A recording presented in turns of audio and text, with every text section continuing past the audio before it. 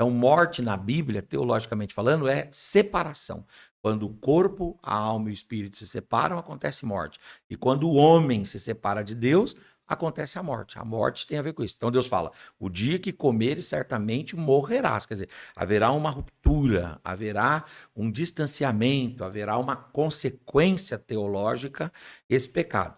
E o homem, ele, tendo a palavra de Deus e a orientação de Deus, ele peca. E pecar, na Bíblia, o Novo Testamento vai usar por várias vezes a palavra hamartia, né?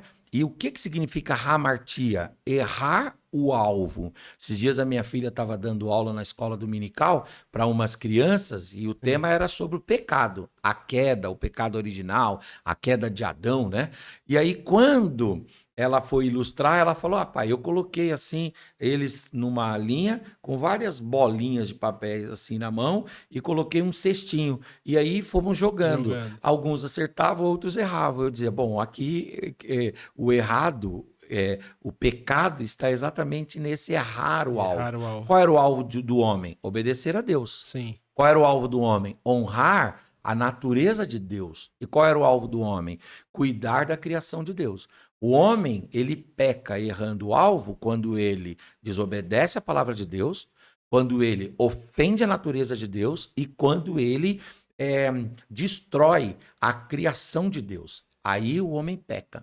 Naquele ato da queda, um ato horrível, nós temos várias consequências. Uma consequência teológica, que é o afastamento do homem de Deus.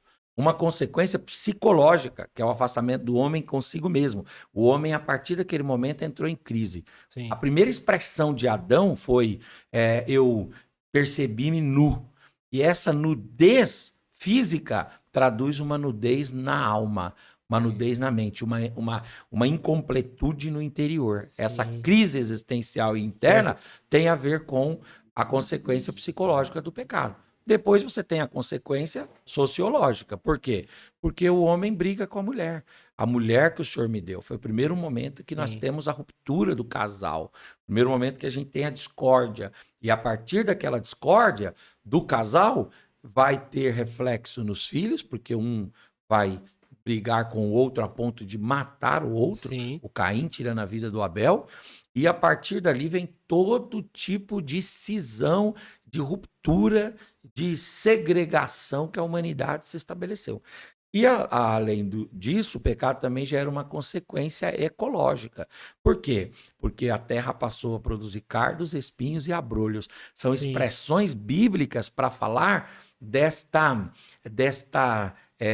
situação difícil que o homem vai ter na terra. E aí começaram então os grandes problemas naturais, com terremotos, tufões, maremotos. Ali começaram, por exemplo, a produzir é, espinhos, né? Por exemplo, coisas peçonhentas, Sim. etc, etc. O pecado se universalizou. E o pecado gera uma última consequência ali, que é a consequência eterna, né? Não só uma consequência teológica, psicológica, sociológica, ecológica, mas eterna, que é o quê? Se o homem continuasse naquela situação, ele estaria longe de Deus.